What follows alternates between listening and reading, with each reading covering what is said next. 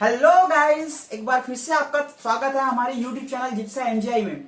आज हमारा टॉपिक बहुत ही इंटरेस्टिंग होने वाला है, जिसमें हम आपको बताएंगे पीपीई के बारे में कि पीपीई होता क्या है, कितने प्रकार के पीपीई होते हैं और उसको कैसे यूज करते हैं और कहां कहां पे यूज करते हैं। तो चलिए जानते हैं आज हमारे इस टॉपिक पे पीपीई। अगर आप लोग हमारे YouTube चैनल को अभी तक सब्सक्राइब नहीं किए हैं तो हमारे YouTube चैनल को सब्सक्राइब कीजिए और बेल आइकन पे क्लिक भी कीजिए। तो चलिए शुरू करते हैं आज के हमारे टॉपिक पीपीई को। तो आज हम जो आपको बताने वाले हैं पीपीई के बारे में, इसमें क्या है, पीपीई होता क्या है। तो चलिए जानते हैं कि पीपीई होता क्या है। हम डेफिनेशन देखते हैं पहले पीपीई का। पीपीई इज अ क्लॉथिंग और equipment which gives to our body from external hazardous condition is known as PPE. मतलब पीपीई ऐसा एक इक्विपमेंट हो सकता है या ऐसा कपड़ा हो सकता है, ऐसा कोई भी चीज हो सकता है जो कि आपके बॉडी को प्रोटेक्ट करता है एक्सटर्नल हजार्ड से। तो यही एकदम सो सिंपल ये डेफिनेशन है दोस्तों। ये पीपीई की ये जो भी एक्सटर्नल हजार्डेस हैं उससे हमारी जो प्रोटेक्शन जो करेगा वही हमारा पीपीई कहलाएगा। तो चलिए जानते हैं पीपीई के टाइप्स।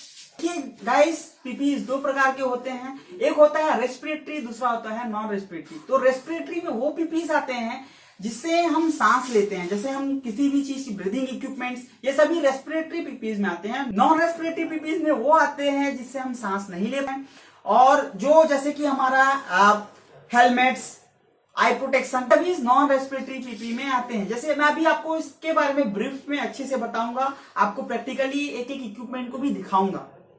देखिए आपके मॉनिटर स्क्रीन पे आपको दिखाई दे रहा होगा एक डायग्राम, जिसमें पीपीई को मैंने कैटेगराइज किया है अलग अलग भागों में। एक तरफ आप देख रहे होंगे नॉन रेस्पिरेटरी पीपीई, एक तरफ आप लोग देख रहे होंगे रेस्पिरेटरी पीपीई। तो नॉन रेस्पिरेटरी पीपीई में आपको दिख रहा है helmets, gumboot, ear plug, safety harness belt, ये सभी जितने भी आपको दिख रहे हैं जो कि हम हमारे शरीर के ऊपर में ऊपरी अंग में हम उसको धारण करते हैं, उसको पहनते हैं, जिससे वो हमारे शरीर को प्रोटेक्ट करता है। ये सभी आप कहेंगे नॉन रेस्पिरेटरी। नॉन रेस्पिरेटरी साफ ये क्लियर आपको हो रहा है कि इसमें आपको सांस आप नहीं ले, ब्रीदिंग आप नहीं करें, ये आपको एक्सटर्नल आपके हजार्डेस जो भी आपको अटैक करेंगे ये उससे बचाएंगे। तो ये आपके नॉन रेस्पिरेटरी पीपीई में आते हैं।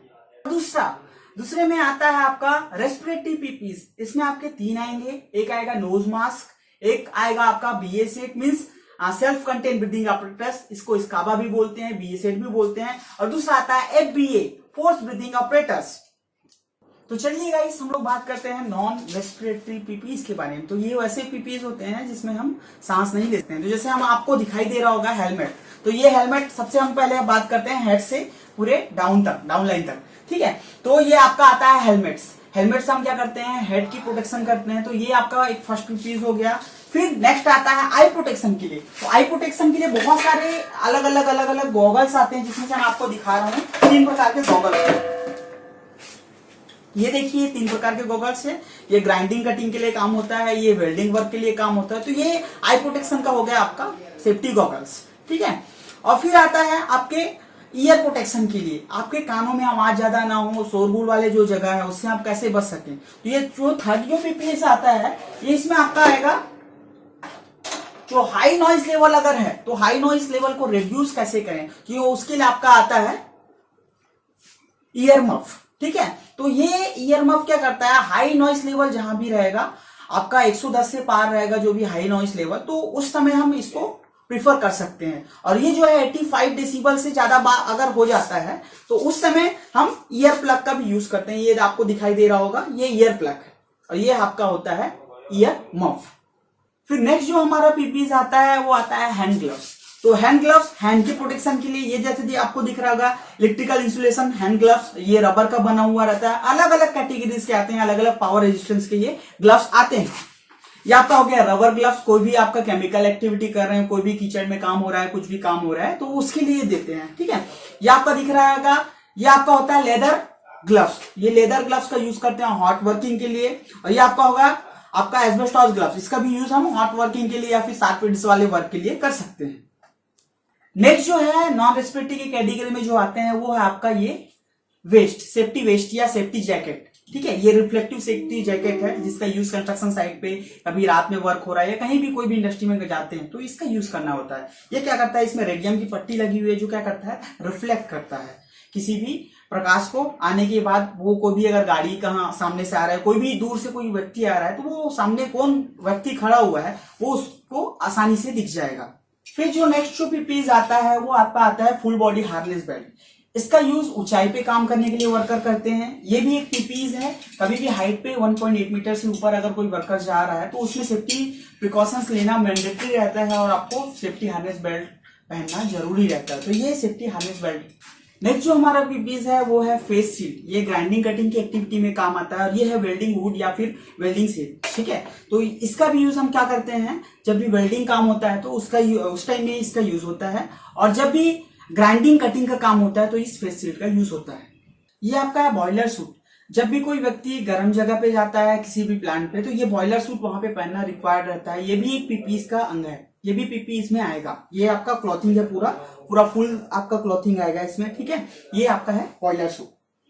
चलिए हम बात करते हैं सेफ्टी शूज के बारे में। तो सेफ्टी शूज में देखिए, ये आपको जो दिखाई दे रहा है ये सेफ्टी शूज के अंतर्गत आते हैं। इसके अंदर में क्या रहता है, सेफ्टी शूज की पहचान ये होती है कि जो भी सेफ्टी शूज होता है उसके सामने में स्टील का एक प्लेट लगा होता है, जिससे कोई भारी भरकम कोई भी वस्तु अगर आपके पैर पे गिरता है तो सेफ्टी शूज आपको वो बचा देगा। तो नेक्स्ट जो हमारा पीपीज आता है वो आता है गमबूट, ठीक है। जैसे कि आप लोग देख रहे हैं, इस गमबूट की सहायता से कोई भी वर्कर अगर किसी भी मड एरिया पे जाता है, किसी भी चिखल वाले जगह पे जाता है जहां पे पानी है, जिस जगह पे वो खाली पैर जा रहा है, या फिर किसी सेफ्टी शूज को भी वो अगर पहन के जाता है तो क्या होगा, वो पानी उसके पैर के अंदर में घुस जाएगा। लेकिन अगर वो गमबूट पहन के जाता है किसी भी जगह पे, किसी भी कन्फाइंड स्पेस पे, तो उसके पैर के अंदर में ये जो पानी है वो नहीं घुस पाएगा।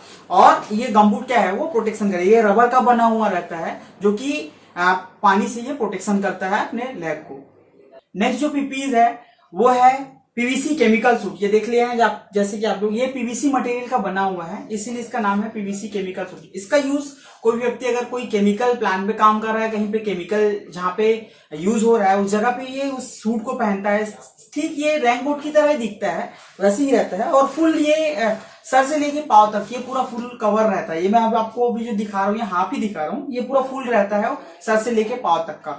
और ये वो जो व्यक्ति है जो काम कर रहा है केमिकल के पास में या केमिकल के साथ में, तो ये इसे पहन के करता है। तो कोई भी केमिकल अगर इनकेस कहीं उनके ऊपर में छींटा अगर पड़ जाता है तो ये केमिकल सूट क्या करेगा, उससे वो प्रोटेक्ट करेगा। तो चलिए गाइस, हम बात करते हैं नेक्स्ट पीपीज की ओर, जो कि मैंने आपको बताया था रेस्पिरेटरी पीपीज, ठीक है। पहले आपको जितने भी मैंने पहले अभी जो बताया है वो सभी नॉन रेस्पिरेटरी पीपीज में आते हैं। अब जो मैं आपको बताने जा रहा हूं वो है आपका रेस्पिरेटरी पीपीज। तो रेस्पिरेटरी पीपीज की श्रेणी में पहला आता है स्काबा। स्काबा का फुल फॉर्म होता है सेल्फ कंटेन ब्रीथिंग apparatus। जैसे कि आप लोग देख सकते हैं यहाँ पे एक स्काबा रखा हुआ है जिसकी कैपेसिटी 1800 लीटर की है। ये 9 लीटर एम्प्टी कैपेसिटी है, 1800 लीटर एयर इस पे 200 बार चार्ज किया जाता है। तो ये है आपका स्काबा। स्काबा सेल्फ कंटेन ब्रीथिंग apparatus या इसके BA-सेट भी बोलते हैं। और जो नेक्स्ट जो आता है वो आता है आपका नोज मास्क। ये सभी रेस्पिरेटरी पीपीज के अंतर्गत ही आते हैं। ये आपको जो दिख रहा है ये नोज मास्क के अंतर्गत आता है, ठीक है। तो ये कंजिस्टर नोज मास्क है। इसमें क्या है, 2 फिल्टर लगे हुए हैं, यहाँ भी फिल्टर लगा हुआ है, यहाँ भी फिल्टर है, तो डबल वाले हैं, और ये एक है जो सिंगल वाला, ठीक है। ये फिल्टर क्या करता है, किसी भी टॉक्सिक जगह पे अगर कोई भी व्यक्ति इंसर्ट होता है, कहीं भी जाता है कोई भी टॉक्सिक जगह पे जहां पे पेंटिंग डेंटिंग का काम चल रहा है, तो उस जगह पे भी जाता है। तो पेंटिंग का काम चल रहा है तो वहां पे उसमें से क्या होता है, फ्यूम्स उड़ते हैं। तो पेंटिंग की वजह से वो हमारे नाक पे जाके अटैक कर सकते हैं या फिर उस पर फंस सकता है और उससे हमें ब्रीदिंग प्रॉब्लम्स हो सकती है। तो वैसे जगह पे इस पीपीज का यूज करते हैं नोज मास्क का। इसमें फिल्टर लगा हुआ है, ये क्या करता है, एयर को ये फिल्टराइज करके हमें देता है। और बात करते हैं तो अगर स्काबा की, तो स्काबा क्या होता है, इसके अंदर कंप्रेस्ड एयर को भरा जाता है, एयर को भर दिया जाता है। भरने के बाद क्या है, हम उसी एयर के साथे से हम किसी भी टॉक्सिक वाली जगह पे हम इसी के भरोसे हम सांस को वहां पे लेते हैं, ब्रीदिंग हम वहां पे लेते हैं। तो इसे हम स्काबा बोलते हैं। इसका 2 मॉडल आता है, ये एक आता है ओपन सर्किट और आता है क्लोज सर्किट। तो जैसे कि आप अभी जो देख रहे हैं ये आपका है ओपन सर्किट, ठीक है। और ठीक इसी तरह क्लोज सर्किट आता है, उसका टाइम ड्यूरेशन ज्यादा होता है। जैसे कि आप लोग अपने स्क्रीन पे देख पा रहे हैं, जो अभी चित्र आपको चल रहा है वो है अभी क्लोज सर्किट, और जो मैं भी आपको दिखा रहा हूं ये देखिए, तो ये जो है ये ओपन सर्किट है। ये सेट के 2 मॉडल्स आते हैं, ओपन सर्किट और क्लोज सर्किट। और एक आता है वो आता है फाबा। फाबा means force breathing apparatus। Force breathing apparatus में क्या होता है, ये ठीक BA-सेट की तरह ही होता है, लेकिन उसमें सिस्टम क्या रहता है, इसमें हम सिलेंडर को अपने साथ लेके जाते हैं। लेकिन फाबा में, फोर्स ब्रीथिंग apparatus में हम सिस्टम को या सिलेंडर को अपने साथ नहीं ले जाते, केवल उसका एक पाइपलाइन और एक फेस मास्क, फेस पीस हम अपने साथ लेके जाते हैं कहीं भी जगह पे। और उससे जो कनेक्ट हुआ जो पाइप होता है, वो पाइप किससे कनेक्ट रहता है, एक सिलेंडर से कनेक्ट रहता है जिसमें ऑक्सीजन गैस जो है वो भरी रहती है। और वो सिलेंडर बाहर रहता है और जो भी वर्कर काम करने के लिए जाता है वो अंदर कन्फाइंड स्पेस में एंट्री करके काम करता रहता है और वहां से एक कनेक्शन रहती है पाइप के थ्रू उस ऑक्सीजन को पहुंचाने की। तो आप लोग जो स्क्रीन पे अभी जो चल रहा है, आपको जो दिखाई दे रहा होगा अभी इमेज, अभी वो इमेज जो है वो फोर्स ब्रीदिंग apparatus फाबा की है।